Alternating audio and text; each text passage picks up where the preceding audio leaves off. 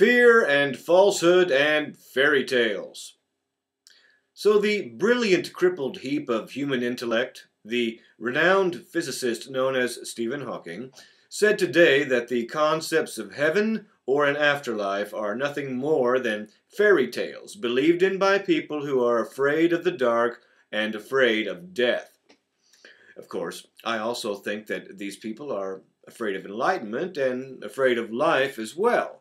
But what do I know? I am not a brilliant scientist. I am just a man with a little common sense who knows that heaven is just a joke and that hell is where the party is. Hawking also said that there was no reason to believe that there was a creator of the universe. And this, of course, makes all the billions of people who still believe in God, well, pretty much look like idiots. But perhaps Hawking is the devil, since his paralyzed, twisted, painfully diseased body is a living hell for him.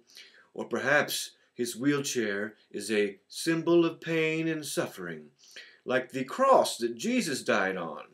Only when Hawking dies, he knows better than to tell everyone that he will come back someday, that he will return from heaven with God the Father and the Holy Ghost and the persecuted souls of Socrates and Copernicus and Galileo and Newton and Einstein in order to save the chosen ones, whomever they are, from the fires of hell or hellfire and damnation or prolonged exposure to the intense heat of an exploding supernova, or whatever the hell it is that hell is supposed to be like.